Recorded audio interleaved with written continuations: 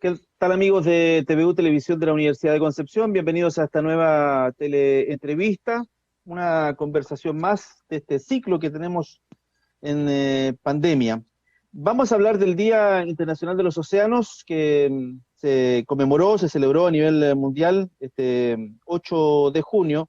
Es una conmemoración que lo aplicó, lo decretó la Organización de Naciones Unidas, la ONU, el año 2008, tardecito, así. Cuando yo busqué este dato dije, debería esto celebrarse muchísimo antes, digamos, por el tema tan importante, digamos, por la importancia que tienen los océanos para nuestra vida.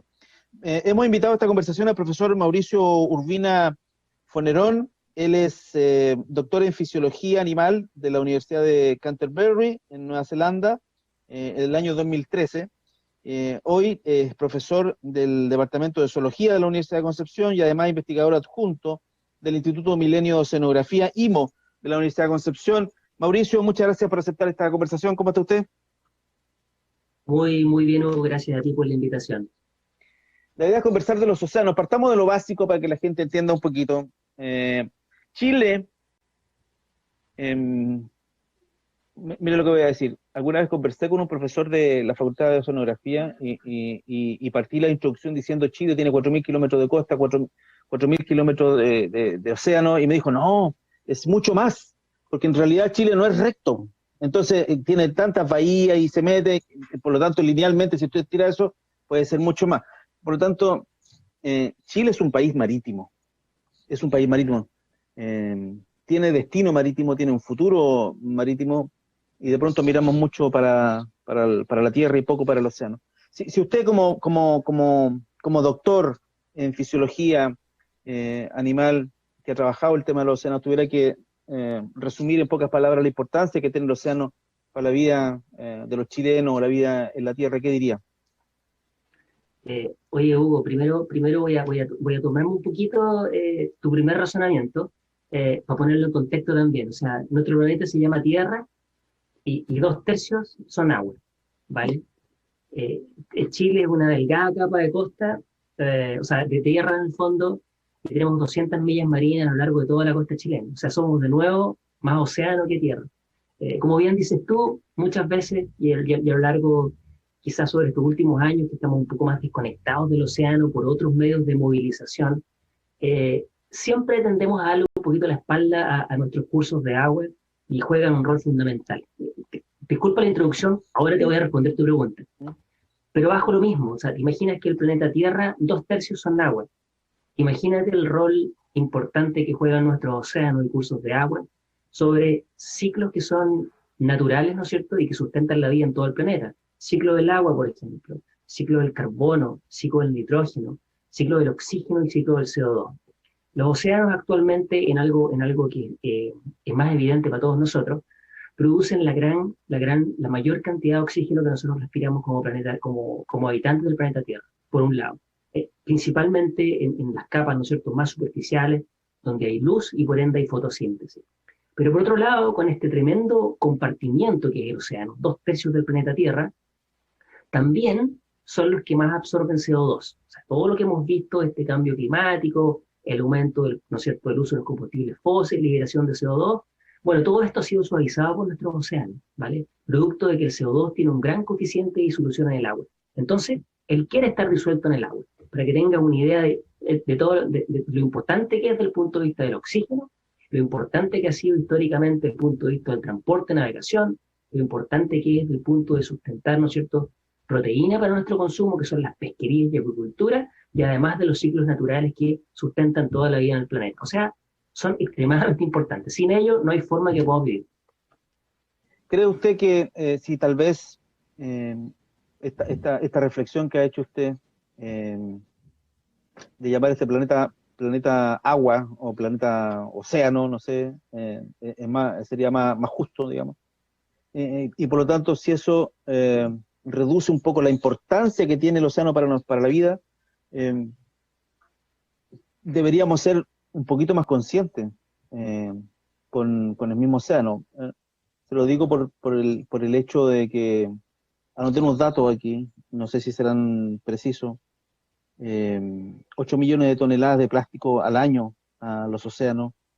Eh, Está todo el tema de la acidificación de los océanos, el aumento de la temperatura de los océanos. Si fuéramos un poquito más conscientes de la importancia que tienen estos problemas, no debieran existir, tal vez.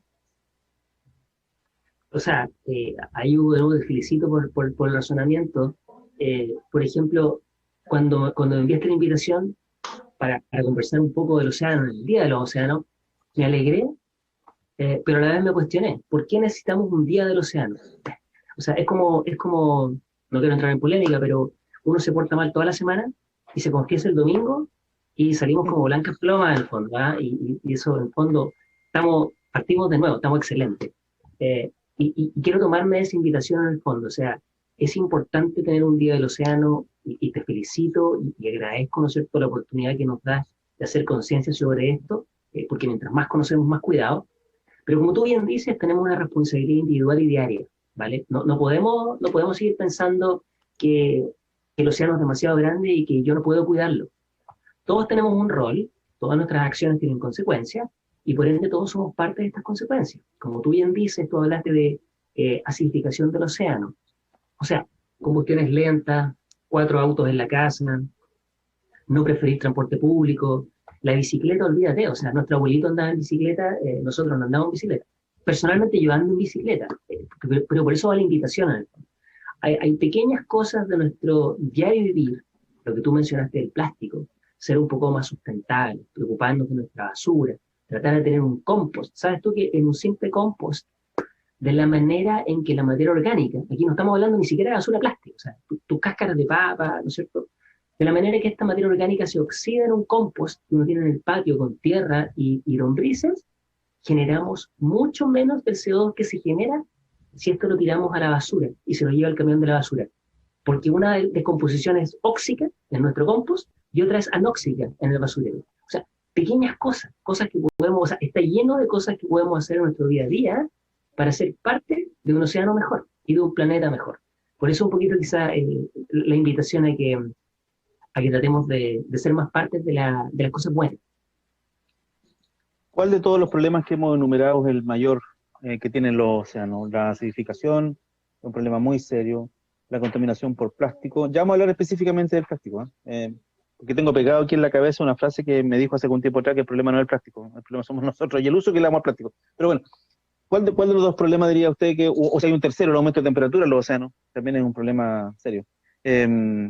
Es el más complejo hoy por hoy, el más urgente para atacar, o todos son urgentes de igual forma. Es una excelente pregunta. Mira, nosotros le hemos estado dando vuelta a esta pregunta que parece sencilla de responder. Y tú esperabas probablemente una respuesta sencilla, que yo te diga algo. Esto es complejo. Dentro de la complejidad de los muchos desafíos que tenemos que responder o resolver como raza humana, está principalmente, y aquí es donde va mi respuesta verdadera, yo creo que es el cambio climático. Es definitivamente los cambios que se han generado o que hemos generado, ¿no es cierto? De hecho, ahora estamos viendo la era del antropoceno, donde en el fondo los cambios que hemos generado como raza humana son tan amplios que va a quedar, ¿no es cierto?, un registro de eso, va a ser conocido como esta era. En el fondo. Y en ese sentido, por ejemplo, el incremento de la temperatura global, el aumento del uso de los combustibles fósiles y por ende el aumento del CO2, ¿no es cierto? No solamente de combustibles fósiles, ¿eh? Uno siempre lo asocia a eso, pero nuestra comodidad de ir al supermercado y comprar un lomo vetado para el asado el fin de semana, o un guachalón, que yo compro siempre guachalón, eh, la producción animal masiva per se produce una cantidad de CO2 increíble. O sea, incluso hasta el asado el fin de semana puede ser un poco cuestionable, ¿vale? Entonces, sin duda yo creo que el cambio climático, que de hecho genera, como te dije, calentamiento global, acidificación del océano, cambian los patrones de circulación, cambia la distribución de las especies, algunas extinciones masivas, o sea, como una amenaza contra la biodiversidad, e incluso una amenaza contra otro de los grandes desafíos que nos hemos enfrentado ahora, en el fondo, que es las migraciones masivas de nosotros, de humanos, ¿vale? En parte son por problemas políticos, pero en parte también son generados por el cambio en las condiciones climáticas, que ya lugares se están haciendo un poco inhóspitos para ser inhabitados, y la gente prefiere moverse. Y esto a nivel político genera todos los problemas que hemos visto. O sea, definitivamente yo creo que el cambio climático es muy importante. Y la última razonamiento que quiero hacer ahí, El plástico y toda la contaminación en general y la contaminación por plástico la empezamos a conocer hace muy poco y cada día nos estamos asombrando de lo negativo de los efectos y de encontrar efectos en lugares donde pensábamos que no existían. ¿Sí? O sea, estamos aprendiendo mucho de lo negativo que es. Entonces, con ese pequeño desconocimiento sincero que te digo yo, ahora que estamos recién aprendiendo eso, la solución del plástico, o sea, no deberíamos como raza humana invertir tiempo en solucionar algo que es producto de nuestro mal hábito, ¿vale?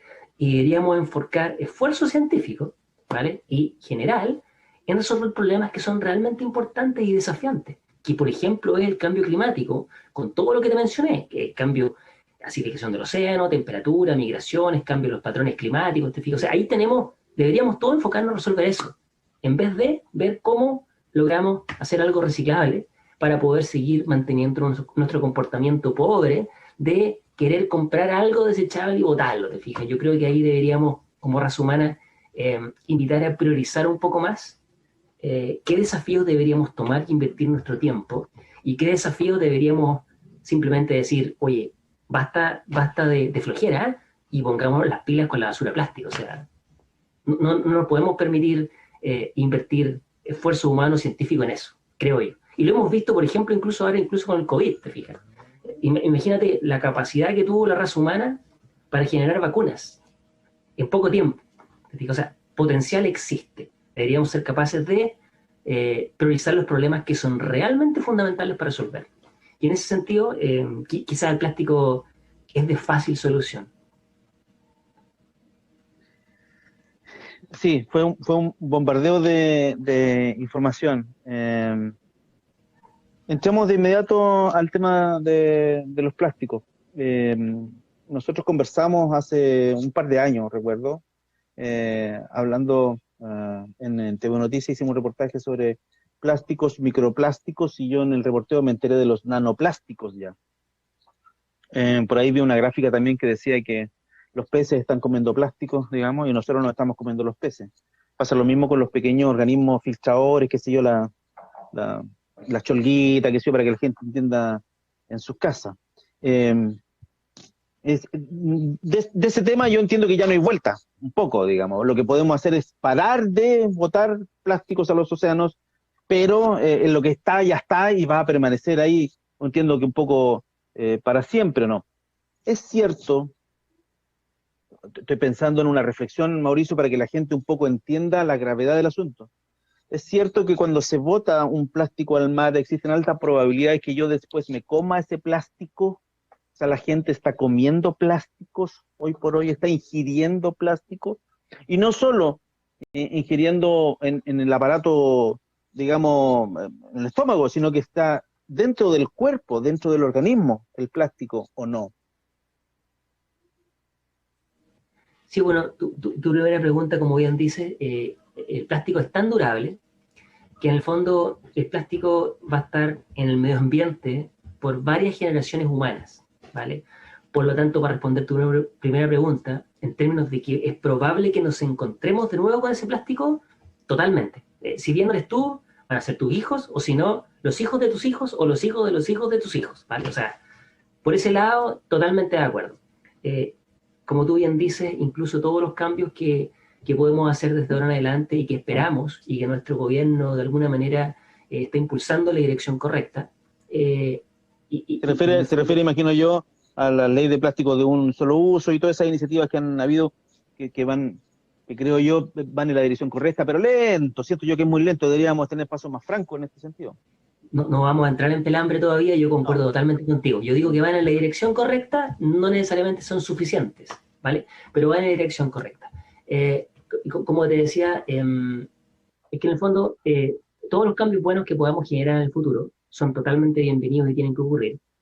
Pero ¿qué hacemos con el plástico que actualmente está en el medio ambiente? De ahí, como tú bien decías, mira, para cualquier persona que trabaje en el océano, se da cuenta que incluso es difícil ir a pescar un día de oleaje, ¿vale? En el fondo, las opciones de recuperar las miles de toneladas de plástico que ya están en el océano, la verdad es que son inviables. Todo este macroplástico, que son trozos grandes, ¿te fijas? uno podría tener la intención de recuperarlo, y eso sería bueno. Pero debemos recordar que este plástico en el UV, en el oleaje, en la interacción con otros organismos, se ha fraccionado, se ha fragmentado, y se convirtió, como tú bien dijiste, en microplástico. Y mucho de ese microplástico se siguió fragmentando y está como nanoplástico.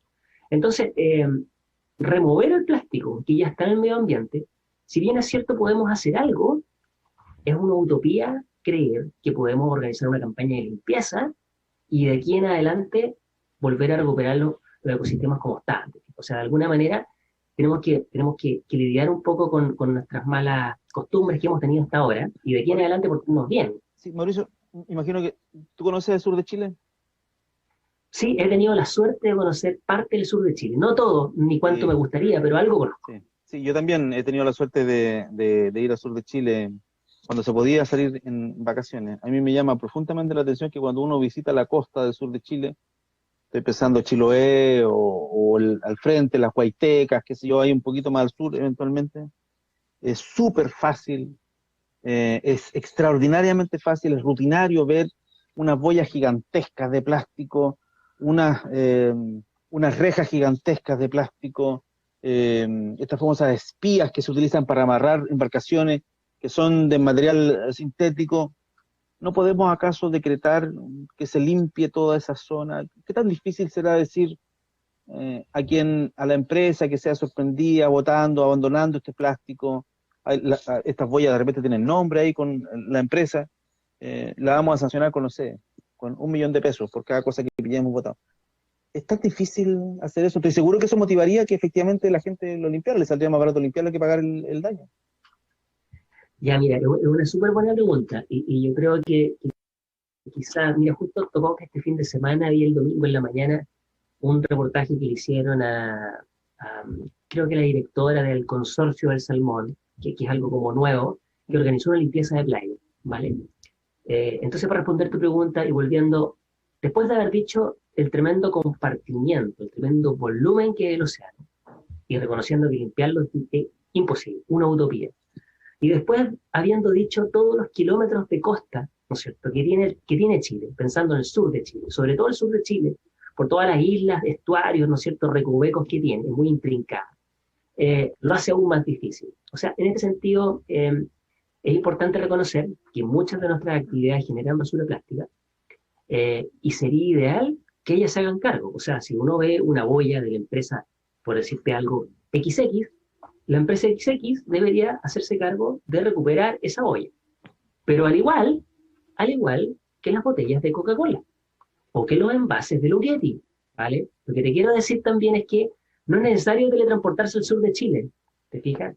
Podemos aplicar esto a lo largo de toda nuestra diaria actividad, incluso en la ciudad, ¿te fijas? Entonces, un poquito pensando en la ley de la responsabilidad extendida a los envases, eso sin duda es muy bueno y debería empezar a aplicarse con mayor fuerza a lo largo de todas las actividades productivas que vemos en Chile. O sea, a la minera, a la salmonicultura, como tú bien lo dijiste, a la mitilicultura, al transporte. Si uno ve una red flotante de pesca que a algún pescador no le servía y la botó, bueno, eso no puede ocurrir, pues no podemos botar la basura por la cubierta, está claro. Pero la invitación en el fondo a tu idea es que sea mucho más extendida, te fijas, a todo el territorio nacional y todas las actividades. Sí, claro, pues bueno, coincido. Yo puse ese ejemplo porque es más evidente, digamos, pues en la playa se ven estas cosas gigantescas, pero claro, uno de repente va manejando la ruta y ve que el tipo de adelante abre la ventana y tira la botella de Coca-Cola para afuera nomás, y ahí yo no sé cómo cambiar la mentalidad eventualmente de esas personas, no sé qué pasará por la cabeza eventualmente de esas personas. Eh, eh, con respecto a la segunda parte de la pregunta que te decía, ¿estamos comiendo plásticos? Sí, yo creo que sin duda la respuesta es sin ganas de aterrar a la población, la respuesta es sí. O sea, mi polerón sintético yo lo sacudo aquí contra la luz y van a volar microfibras de él que las voy a respirar. ¿Te fijas? Muchas veces se van a pegar en mi saliva y las voy a ingerir, quiera o no. En muchos de nuestros alimentos también, o sea, hay estudios que han demostrado que, que todas las aguas envasadas contienen microplástico, que todas las sales de mar contienen microplástico. Si uno va a un mercado y compra un chorito, por ejemplo, fíjate tú bien explicaste que hay microplásticos en el ambiente marino y los choritos son filtradores. O sea, filtran grandes volúmenes de agua al día para poder extraer las microalgas que ellos comen. Al hacer eso, también filtran agua que tiene microplástico. Y el chorito, además, lo comemos completo, ¿te fijas? Uno cuece el chorito y lo come completo, no es que se coma, no es que se coma un filete de chorito. ¿Ya? Entonces las probabilidades de ingerir microplástico o nanoplástico en ostras, en choritos, en almejas, en organismos filtradores, es altísima. Mucho más alta que comiendo pescado, ¿te fijas? Uno generalmente en un pez no se come el tracto digestivo, no se come el estómago del pez, se come solo el filete. Y por ende, si un pez, por no cierto, se confunde y ingiere un trozo de microplástico, que ese trozo de microplástico pase a la carne es virtualmente imposible. Primero por el tamaño, ¿vale? Las partículas que son asimiladas por un organismo no son a nivel micro, ¿vale? Son iones, son aminos, son aminoácidos, que son cosas muy, muy pequeñas realmente. Ahora, dicho eso, otra historia totalmente distinta es cuando empezamos a hablar de nanoplásticos. Y personalmente yo no trabajo en nanoplásticos, porque trabajar en microplásticos es extremadamente difícil y estar seguro de que tú estás midiendo lo que quieres medir, producto de la contaminación, ¿vale? Nanoplástico es otra dimensión donde yo no he querido entrar, pero reconozco que a nivel de nanoplásticos, esos sí podrían traspasar algunas barreras biológicas y llegar quizás a la musculatura de algunos animales que nos comemos, por ejemplo, peces. Pero debo reconocer que personalmente yo no he visto esos estudios ni tengo ningún dato que me permita confirmar esto. Digo que es posible, en teoría. Todo esto que estamos hablando es nuevo en ciencia. Cuando hablo de nuevo me refiero a los últimos 5 años, 6 años, que estamos Sí. investigando los microplásticos, los nanoplásticos y sus eventuales consecuencias. Por lo tanto, la siguiente pregunta probablemente no me la va a poder responder. ¿Qué consecuencias van a haber para los humanos, digamos, el que haya este consumo permanente durante 10, 15, 20, 30 años? Es difícil de responder. Estoy pensando, nuestra idea no es aterrar a las personas, pero sí tienen que entender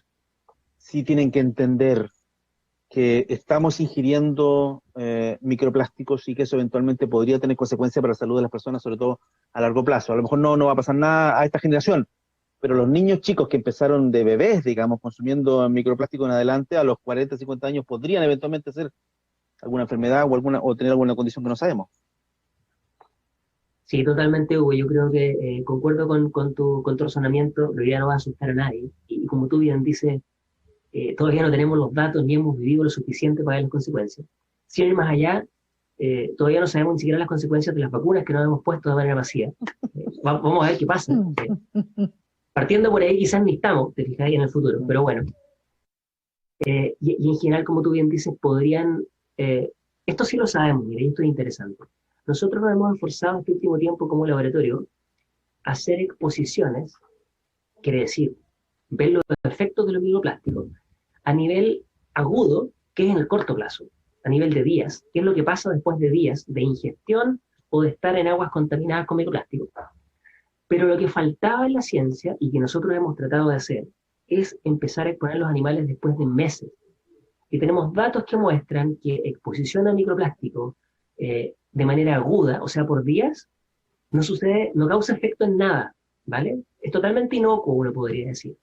Pero cuando uno mantiene la exposición y la convierte en crónica por meses, sí vemos efectos. Con esto, ¿qué quiero decir? Que efectivamente actualmente quizás no tenemos datos para ver o para evidenciar efectos reales, actuales en nuestro organismo, pero en el futuro puede ser que los veamos. Sin ir más lejos, los plásticos son cadenas poliméricas, ¿no es cierto? Eh, y que se hacen como derivados del petróleo, ¿vale? No me voy a volar con otra reflexión, pero como derivados del petróleo. Y como son derivados del petróleo, son extremadamente inflamables. Y se le agregan algo que se le llaman organic flame retardants, que son básicamente retardantes de flama. Son químicos que impiden que el plástico, cuando tú tienes tu vaso plástico en la cocina, al lado del quemador, impide que se tenga una combustión espontánea. ¿Te fijas? Esos son químicos que están en el plástico y que cuando nos echamos, por ejemplo, un café caliente, un tecito, o un jugo de limón, limonada, de acuerdo al pH y la temperatura, van liberando parte de estos químicos a los líquidos o alimentos que quedaron almacenados ahí, ¿vale? Y por eso se prohibieron algunos BPA, por ejemplo, que son los bifenoles. Mm. Pero también a la vez, o sea, ese es un efecto que estamos viendo que es crónico, ¿te fijas? En bajas concentraciones no puede suceder nada, pero después de 8 o 10 años de exposición, uno podría pensar, bueno, a lo mejor aumenta las tasas de infertilidad, por ejemplo. Son cosas que deberíamos empezar a poner un poco más de ojo.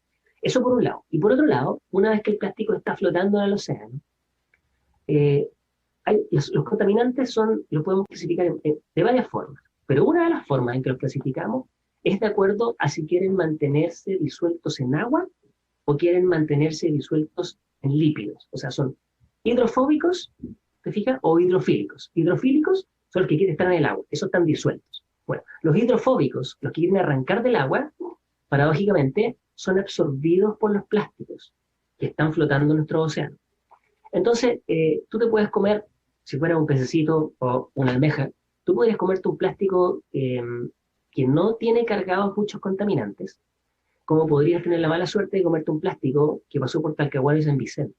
Y en ese viaje pasó absorbiendo un montón de hidrocarburos, ¿no es cierto? Todos estos contaminantes que hemos hablado. Y eso también la comunidad científica reconoce que potencialmente puede ser muy distinto. Si son microplásticos nuevos, por los tóxicos que ya traen, como flame retardants, o si son microplásticos antiguos, que ya no tienen los originales, pero en su viaje han absorbido otros.